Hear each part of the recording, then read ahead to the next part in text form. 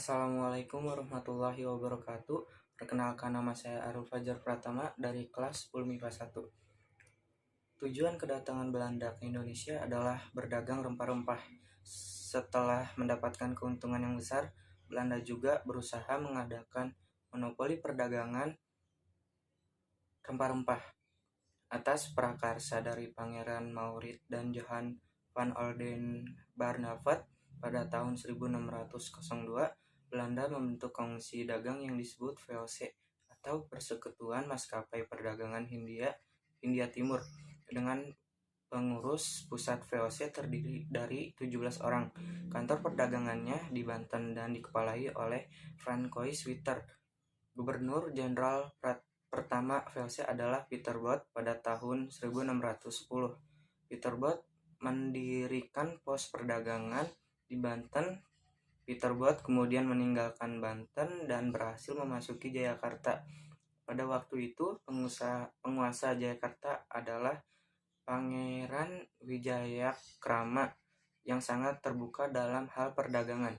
Untuk pembelian sebidang tanah seluas 50 kali 50 fadem, 1 fadem sama dengan 1182 cm yang berlokasi di sebelah timur Muara Ciliwung. Pieter Both berhasil mengadakan perjanjian dengan pengusaha Jayakarta pada tahun 1611. Pieter Both juga berhasil mengadakan perjanjian dan menanamkan pengaruhnya di Maluku dan berhasil mendirikan pos perdagangan di Ambon. Pada tahun 1614, Pieter Both digantikan oleh Gubernur Jenderal Gerard Reyns 1614 sampai 1615. Namun baru 1 tahun menjabat digantikan oleh Gubernur Jenderal Lawrence. Gubernur Jenderal Lawrence berhasil membangun gedung Mauritius yang di lokasinya di tepi Sungai Ciliwung. Pada tahun 1619, Gubernur Jenderal Lawrence diganti oleh Gubernur Jenderal Jan Pieterszoon. J.P. Coen dikenal sebagai Gubernur Jenderal yang berani dan kejam serta ambisius. Bahkan dapat dikatakan bahwa J.P. Coen sebagai peletak dasar penjajahan VOC di Indonesia. J.P. Coen menyerahkan kekuasaannya kepada Pieter de Carpentier.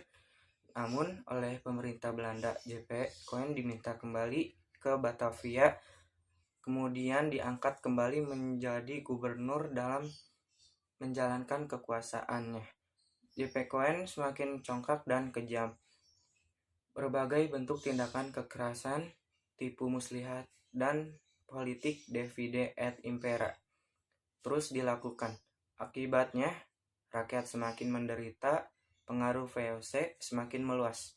VOC membangun benteng-benteng pertahanan seperti benteng Dur Tede di Saparua, benteng Nassau di Banda, benteng Niau di Victoria di Ambon, benteng Orange di Ternate, dan benteng Rotterdam di Makassar.